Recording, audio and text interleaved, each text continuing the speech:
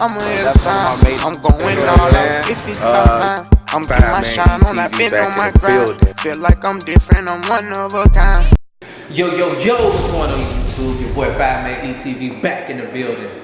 Back at y'all again with another video. First and foremost, y'all know how we do it, man. Shouts out to the Fire Squad. Yeah, that's you who watching this video right now. Matter of fact, for the Fire Squad, go ahead, drop that like down and show your boys some love, man. I know y'all watch the vids. I need y'all to start dropping them likes, man. Show me that y'all really like the content, like what I'm bringing to y'all. So go ahead and do that right before we even get the video started. Today's video, let's break down what we're doing today. So I'm gonna do a part 2, nightmare stories, man, at the hospital. I had a lot of different scenarios, a lot of different situations, and I want to come to y'all with this new video about another situation when I was in the hospital. And I'm going to actually transition from some of the details that I did in the first one. So before you watch this video, go down and watch the first one. I got it in the description. I need you to watch the first video, the nightmares, hospital stories, man. Watch the first one. This is the second one. So I need y'all to go ahead and really go check that out real quick. Like I said, before you even get into this this video, go ahead and do that real quick for your boy, man. With that being said, I want to start by piggybacking off of some of the things that I said in the first video. So yeah, I was in a hospital. It was for my appendix. I showed y'all the scar and everything. A lot of people, you know what I mean, didn't even know I actually been through none of these different situations, even close people, you know, that I grew up with. So yeah, that happened. And in addition to that story, I said that I had to learn how to walk again. And I want to shout out to somebody, you know what I mean, that's my brother, man, from another. He lived, you know, far away now. You know, he got a family, you know, got a beautiful daughter, he's got a wife. Shouts out to you. That's Jamar Miller. I'm gonna tag you in this, man. I'm gonna tag you, and I need you to, you know, let you know that I salute you for what you did. So basically, the connection with him in the first hospital story is that when I was in the bed for all of that time, my body kind of healed crazy. Like, it was crazy how I healed. It was like with the bed kind of sitting up. You know, you sit at the angle, you can like raise it up or lay it back. So it raised it up, and it kind of made me like hunchback, and my legs wasn't working. I didn't know, like, my legs wasn't working at all. So he actually helped me walk again. And that's facts. I know it's like elaborative, like, oh, he helped you walk. Like, yeah, I couldn't walk, like, I couldn't move, like, bend my legs. He actually helped. He stayed in there for a nice little minute and did that. In the middle of his day, I know he had things to do, but he showed me love. He was the only one that showed up that day too, and that was dope. So I gotta salute my boy, man. So if you're watching this, man, I just want to say I appreciate you. If I haven't told you enough before, you know, I was growing up, going through a whole lot of crazy things, you know, throughout high school, all that. So shouts out to you, man. Jamar Miller, we call him DC. Y'all might know him as DC from, you know, people that went to school with us. Yeah, so moving on to part 2, man. Part 2, this situation was yeah, like, it was a shocker. It caught me off guard. Like, I'm not gonna lie, it caught me off guard. I can't make this up. So basically, I used to go to church, Salem, shouts out to Salem, every Sunday with my boy Ant. You're gonna be seeing him. Definitely get in tune with Ant. I'm gonna try to figure out a way we can, you know, do some vids together, because we got a lot of history. Like, I've been knowing him for 20 plus years, man, for real. Like, that's my real day one. You know, that's my brother. Like, so basically, yeah, we used to hoop after church. That's why I mentioned church. So after church, we used to hoop. So this one particular Sunday, this Sunday was like one of those Sundays where we'll invite people over. Yeah, let's hoop. We'll do the 4-on-4 in the backyard. We built these rims or whatever. And we were supposed to do that day, we were supposed to hoop, but it was people showing up slow. So I still got on my regular clothes that I wear to church.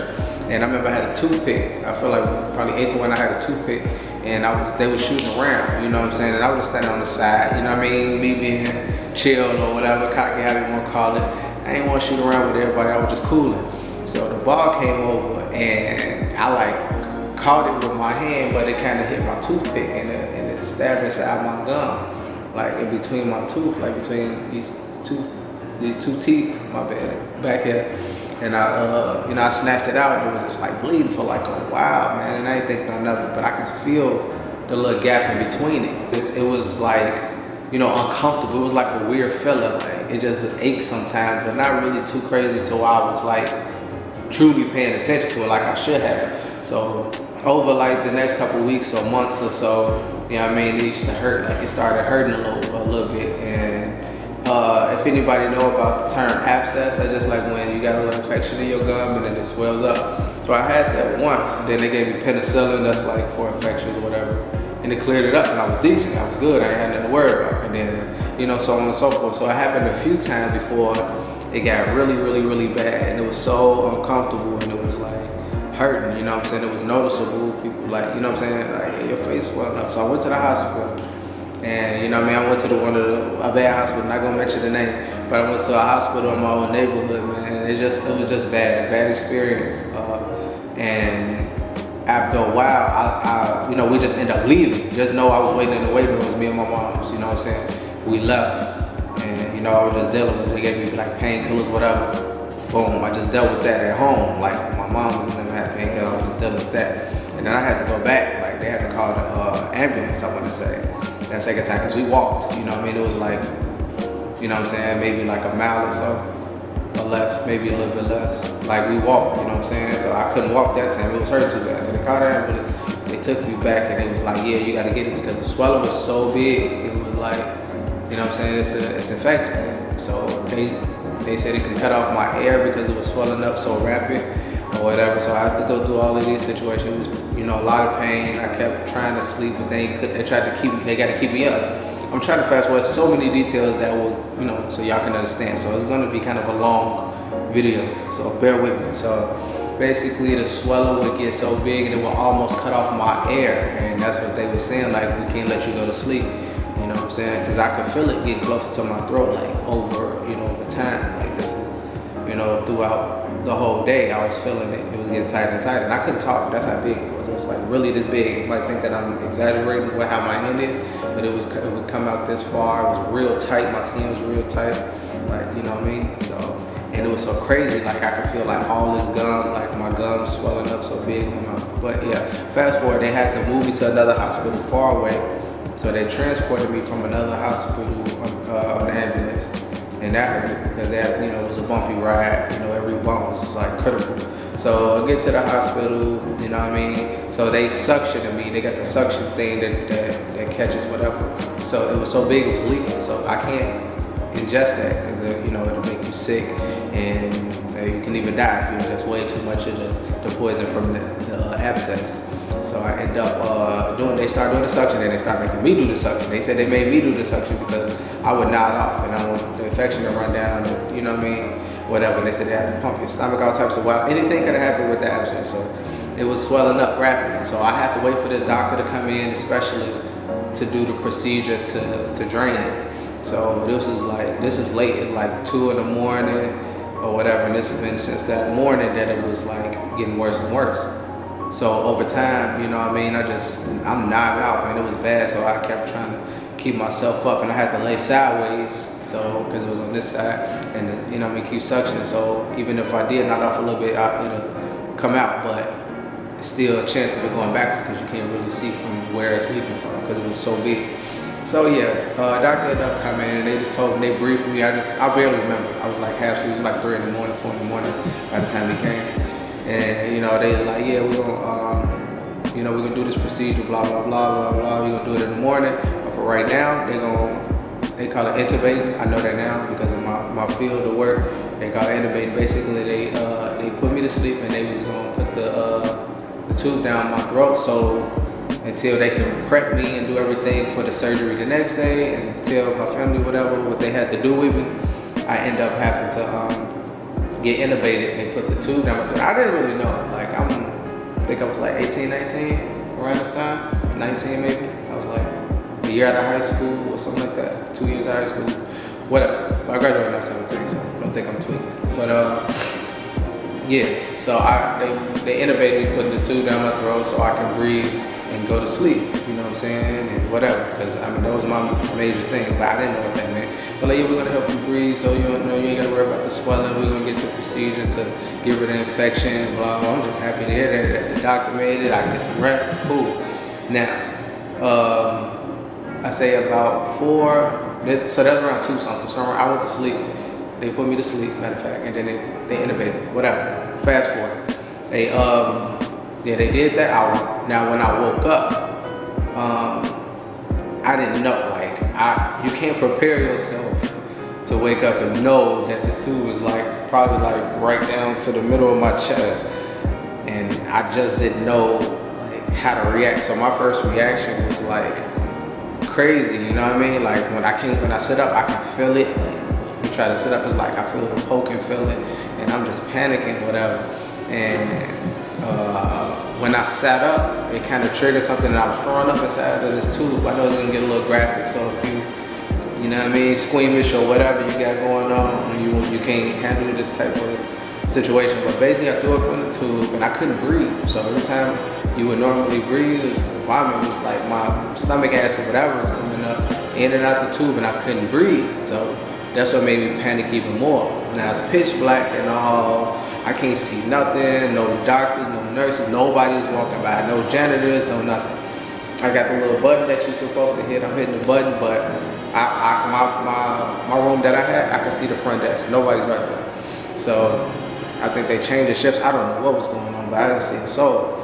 So I'm panicking. I'm hitting stuff like boom, boom, like hitting my little bed rail and everything. And I finally see somebody, and they ran in there and they calling all the nurses and like, you know what I mean? They seeing that like where I would, where the air would usually come through, I guess from the tanks or whatever, the air tank. It was all vomit or whatever, and they holding my arms. Now, mind you, I wasn't breathing for like a minute or two. I said about 2 minutes. I don't want to over exaggerate. And then they start holding my arms when they came in, so that made me panic even more. Like I'm already been not being able to breathe before, so they holding both my arms, and I don't know why I got the strength from it. I snatched away, and I snatched that thing out. Like man, I've been not breathing for like 5 minutes. Couldn't talk still because of the swelling. So they calmed me down. I don't know. They must have put something back in my IV to make me fall back to sleep. They did it again. That time when I woke up, my arms were strapped down. It was crazy. So they strapped my arms down. I've been through all of this little chaos of not sleeping. So I'm only off 2 hours of sleep. So I ended up going back to sleep after I calmed down. And it was still hurting. I felt like it was like scratchy because they had to redo the whole thing again. Like I just felt like when I was breathing, it was like scratching every time I inhaled. I could feel the movement, the little tube that they had there. You know what I mean? So they did the surgery or whatever the next day. I don't even remember from that moment. I don't remember if I woke up and they did it again. It's been so long. But I feel like they woke me up and then they, prepped me. I remember them prepping me. Yeah, they did. They woke me up and they was, getting me together or whatever. Like telling me like, yeah, we about to take you to surgery, blah, blah, blah. Now, the awkward thing that I never heard of, and most likely y'all probably never gonna hear this type of stuff, but this is the scar. I don't know if y'all can see it. I can't really, like, I don't have the, I don't see what y'all can see, but it's like a scar that I got right here. A lot of people probably never noticed, but I got a scar right here, and it's still kind of numb. I can't really, sometimes I can feel it, sometimes I can't. It's weird. You know what I mean? It's just how the effects of it afterwards. So basically, what happened? Oh yeah, so the procedure was they drained up all of the poison out as much as they can, the infection, not poison, infection out as much as they can, and they put this like real thick balloon. So imagine you got a balloon that's not inflated, and it don't have the little part that you would tap. So it's just like the bottom part of a balloon was in my face, and they said it would like suck it up like the infection. It would like, whatever. It would take in the infection, and they would remove it, and then they would sew me up, and I'd be good. That's basically what it was. So they had that in there, you know what I'm saying? And I was able to talk. I say about like a day after that, I had people visit me from my old neighborhood, and it was crazy just to see that. Then I was up, like it wasn't like when they took it out, you could see them pulling the balloon out or whatever, and they was cleaning it and stuff. It just felt weird. You could see the scar open and stuff, so they sewed it up. And yeah, man, that's just one of the other crazy hospital stories, man. I don't remember a lot of people coming there because I was mainly asleep. I was probably in there for like 4 days in total. 1 day and then 2 days that the infection was like, I guess, accumulating, whatever. Yeah, man, this is my high school days too, man. I mean, not high school, but like right after high school, I had two of these stories. The first one that I posted that's gonna be in the description, and this one, man. So yeah, man, hopefully, I don't know, can you say that? Or however you say, I ain't gonna say enjoyed it, but like, you know, like just got a little bit more insight on me. I just want to give small, you know, some details. Like that's not even small details. That's just something that happened to me within my life, man. A lot of crazy things happened. That's right after high school. So I'm in the hospital. That was like, you know, 4 days. The other situation, I was in there like almost 2 weeks in total. You know what I'm saying? So, man, just had to get that story out for y'all. Appreciate y'all, and I just want to keep dropping content. So this video will be coming out soon. I'm just gonna drop, like I said, I'm gonna drop a lot of different stories because I got a lot and I just want to drop. I wasn't gonna do Storytime Thursday and that's it, but I'm gonna just keep dropping stories. So if you like the video, hit the like button. If you would support it, hit that like button, share. Write some stuff in the comments, ask me questions about these hospital experiences, whatever you want to ask me, you know, throw me some ideas, whatever y'all want to see, just hit me up, man. And I appreciate everybody, man. Everybody that's been showing me love. I got new people that's checking out my stuff and motivating people. Hopefully, you know what I'm saying, you're gonna see some different type of content, some collabs, some skits, whatever I got going on. I want y'all to support it, be open-minded. I'm just trying new things and just trying to find out, you know, what I can do that makes it fun for me, because I'm motivated, but I just want to keep dropping new stuff for y'all, different content, you know what I mean? So that's how I do it. And it takes me a little while to edit, so sometimes if I say I'm gonna drop something, it'll be a little bit slow. I got regular life, I got work, I got, you know, things to do. So with that being said, I just want to say thank y'all. Shouts out to the Fire Squad, your boy 5Man ETV, man, back with another vid for you guys. Like, share, subscribe, you know the vibe. I'll let y'all next time, man. Peace.